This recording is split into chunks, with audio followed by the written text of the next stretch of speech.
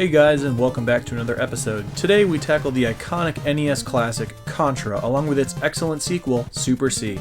Talk about a couple of games that just got it right. Back in 1988, Konami absolutely nailed it with this illustrious run-and-gun platforming adventure. This isn't one of those old games where you have to preface and explain how it used to be good and respected, but maybe didn't age too well, because anybody in their right mind that picks up the controller and listens to this music will probably understand that this game did exactly what it set out to do. Running, ducking, jumping, and easily shooting in all 8 directions, with responsive, tight, and immediate control. Truly, as the game throws its various soldiers, explosives, giant robots, and aliens your way, the only possible limitation holding you back in this whole situation is yourself. The game is quick to lend a helping hand with several power-ups such as temporary invincibility, the rapid fire, machine gun, and of course the spread shot, one of the most helpful power-ups in existence. Many remember this game fondly for its 2-player functionality, along with the famous Konami code that granted the players 30 lives instead of 3. For a majority of gamers, even a majority of people that grew up with this game, beating the game without the code, considering its true game overs that send you back to the start screen, was simply not a challenge that many were up for. While you do have a responsive tight control and carry a lot of firepower, it's one of those games where simply getting touched by anything just takes away your life. One extremely important decision that they made in handling these deaths, however, are that you get to continue your next life right then and there, which gives a real fighting chance to those that had all but perfected the game. It's a high ride of an experience. Apart from just side-scrolling beauty, you also had an extremely well-executed hallway mode in a couple stages that really made you feel as if you were blasting through doors, infiltrating the enemy bases. Aside from that, they even tried their hand at a vertically oriented level with the waterfall, and as you've been seeing, it doesn't matter where you are, the people are coming and they won't stop until it's all said and done. As you would hope with a game like this, the levels do end with a boss fight that were always large and pretty challenging, fights that you really have to dial in and pound that shot button without mercy until it's all over.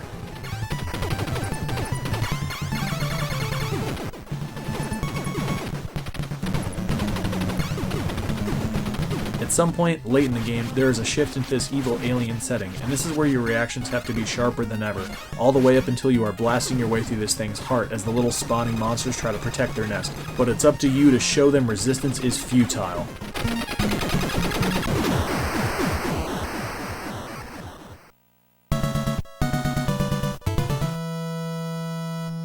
It's an excellent title that doesn't require explanation, rewards quick and decisive play along with a jackhammer of a thumb, that is still fantastic use of a hardcore 15 to 20 minutes any day of the week. As we saw, the alien theme is something that wasn't much of a focus at all until the end of the game, and as we know, this was eventually on the forefront of the series only a few years later. But you know what game often gets sandwiched and forgotten in the mix is Super Contra, or as they call it here in the US, Super C. In April of 1990, a new challenge was born, and you know what? It's a game that I didn't even play through myself until just recently, in the last couple days, and my goodness did they come back swinging. For those of you that don't know, Super C is way harder than Contra. Why is that, you ask? Well, for many basic reasons, like there are often way more bullets and enemies on the screen at once than ever before. You can't clear many of the enemies before they fire at least once, which is a huge deal because it means they'll always shoot. Plus, this game loves to keep sending enemies from behind you, constantly. Important to note though, the quality is superb and this game definitely looks, sounds, and feels like a sequel. Plus, they greatly fixed one of the worst weapons, fire, into more of a bazooka type of weapon, and it's up there with the spreader as the best weapons in the game. Even the most basic of stuff can be new, such as running up and down hills, not only giving the levels more size and scope than they ever did before, but presenting more of a challenge this way too. Some may even be surprised to know that the overhead levels, often talked about in Contra 3, actually originated here, and they're pretty good. You may notice that the bullets don't travel the full length of the screen in this section, making it more difficult to mow through enemies as they appear on screen. You definitely have to proceed with caution and push your spatial awareness in another aspect and further than ever before in these sections.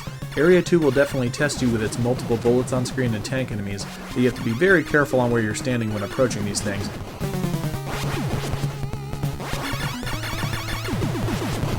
Area 3 is a great example of how different Super C really is than Contra, based on so many enemies shooting before it's possible for you to take them out, and this results in all kinds of dicey situations, constantly, but you've got to just keep forging ahead and be smart about what and who you take out in what order.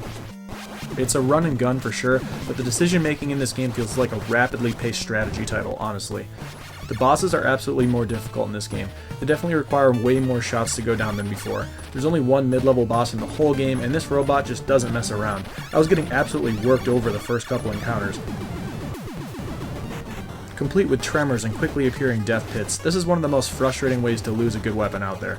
Look at how much lead I am straight pouring into this fight. Some bosses in Contra can be ended in a matter of just a few seconds if you get in there, even before one or two of their attacks, yet they were just not having any of that in Super C. Area 4 is its own beast, with a bunch of enemies and bubbles to start out, then a long elevator section with just another example of a level that pushes things much further than anything in its prequel, with just an unbelievable amount of enemies and guns on the screen.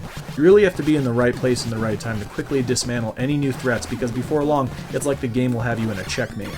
This game just sets you over a chair and rails you, completely goes at it, and taking out dangerous situations quickly is more difficult than ever since many of these turrets shoot more frequently than before, they move around, and even require more shots to go down. It's simply in another league. The elevator section is sure to have crushed a lot of dreams out there. Definitely seems to be the point where the game really starts to take things seriously. You really want the spread shot at this point, because my god, just look at all this madness. The boss reminds me of one of those junkyard magnets, like in the Brave Little Toaster, and believe me, it's just as menacing and evil. You've got to be on your game to not lose a life here. Tons of shots required to blow up any of its sections, plus need to be agile and decisive to not get caught between the edges of the screen and with its beams. The crazy thing is, it's only halfway through the game.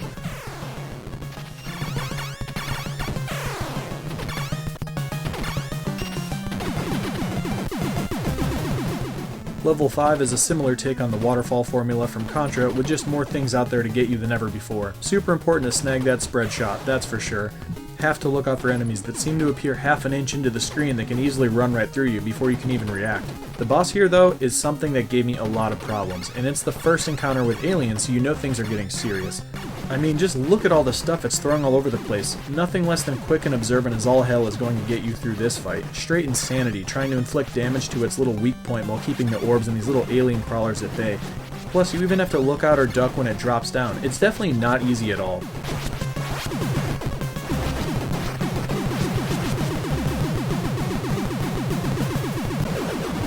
But the overhead aspect of this game gets absolutely nuts when you make it to Area 6, where we make the full transition into the alien setting, and they throw a whole lot at the player at this point, with several sections of enemies coming from all around you, some projectiles, these cheap mouths that simply spawn and grow wherever and whenever they feel like it, even right in front of you or underneath you. It's complete garbage. And this section with all of these spiky orb things took me a while to figure out, as it's like a hyperized puzzle that can just slash through your life so quickly with how rapidly these things keep respawning and shooting all over the place. Bottom line, taking over the alien hideout is definitely at least twice as hard as it was before. Tons of enemies, projectiles, and weird setups that you really just have to see coming or get a bit lucky in order to survive. But just like the first game, it's absolutely a great way to spend 20 minutes and more intense than ever. After the first time I beat Super C, it started back at level 1 to play again. I wasn't expecting that, and I thought about it, and you know what? I did. I pounded the game for a second time within 40 minutes, and my practice surely paid off because not only did I solidify my newly acquired skills, but I taught this game a lesson and finished with 8 lives like an absolute savage. If you're looking for a couple of games with great music that are simple and absolutely challenging, you cannot go wrong with either of these adrenaline-pumping, thumb-pounding classics.